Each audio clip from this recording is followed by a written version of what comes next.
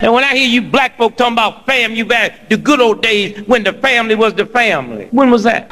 When was the black family the black family? When white folk could just come in the house and lynch any nigga in the family they wanted, and one of the damn thing you would do was say, well, thank God they didn't get all of us. Was that the family y'all talking about? The family when you could go to World War II and the same German that your daddy can come to America and live and work where your daddy can't work. That's the black family you talking about. You talking about back when the black family was the black family, when black American soldiers was coming back bringing those Germans to the POW camps, and they'd let them white murdering Germans go into the front of the restaurant and sit down and eat like men, but them niggas had to stand outside and have their food pitched to them. Is that the black family you talking about? Well, God don't never let me go back to them heathens. Never, never, never, never. That's the black family. And what white family they talking about? The same white folks that sit around and watch it happen? That's the family? No, you looking at the family now.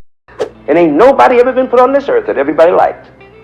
They done killed Martin Luther King, and the only thing he kept singing was "We shall overcome in love and peace." Killed him, wiped him out. Killed Malcolm. And some cat hired 3 black cats to wipe out the man who was the martyr of our time. And when they killed him, he had a half a church full of people. It wasn't like it was packed and jammed. And he says it himself, if you read his works, that there's a whole bunch of that don't like me. Black folks like me, but not the which is true. And 3 knocked him off, paid by white establishment. That's my feeling. No, this just wasn't civilized.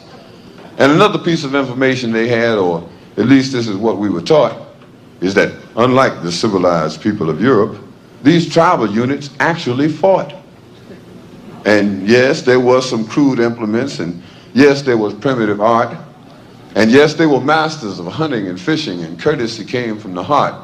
And yes, there was love and medicine, religion, intertribal communication by drum, but no paper, no pencils, and no other utensils, and hell, these folks never even heard of a gun. I was wondering about our yesterdays and digging through the rubble. And to say the least, somebody went to a hell of a lot of trouble to make sure that when we looked things up, we wouldn't fare too well. And we would come up with totally unreliable pictures of ourselves. 1, 2, 1, 2, 3, 4. Well, you know, the catchphrase, what that was all about, the revolution will not be televised, that was about the fact that the first change that takes place is in your mind. You have to change your mind before you change the way you live and the way you move.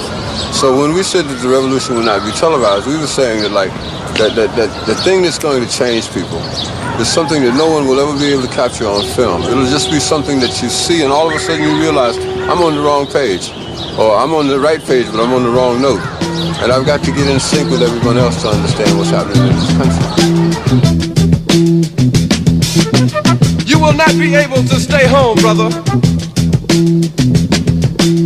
You will not be able to plug in, turn on, and cop out.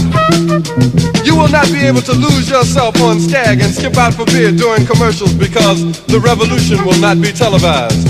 Somebody should have said this about the Roots movie a long time ago. Still got roots. People thinking that Roots has had something to do with history when the man says a novel. People naming their children Kente Conte and Conte Kente and all kind of thing now.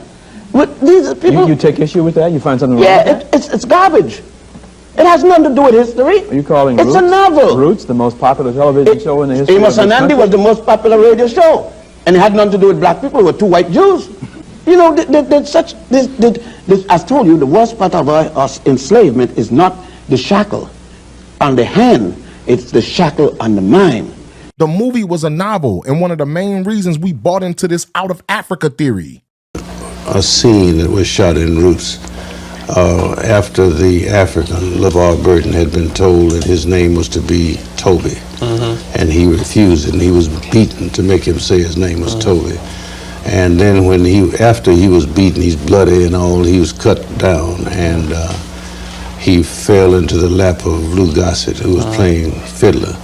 And the emotion of that scene was the most gripping thing I think we witnessed. That was the dramatization. How much of that actually was recounted to you? I mean, was there a lot of interweaving story, a lot of leeway given in the storytelling now? Oh, you're talking about in the book or the film? Well, that your family passed down. I mean, how much detail my family was really... what my family passed down was, at best, a skeleton. That's all you can expect of family. What a lot of it, I thought maybe you were going to ask, and maybe you are in another way, is how much of the book is fact and how much is fiction. Well, a whole lot of it's fiction. Just like any history book you get, a whole lot of it's fiction. And I say that in the sense, you know, how the hell do I know what Chicken George said 200 years ago?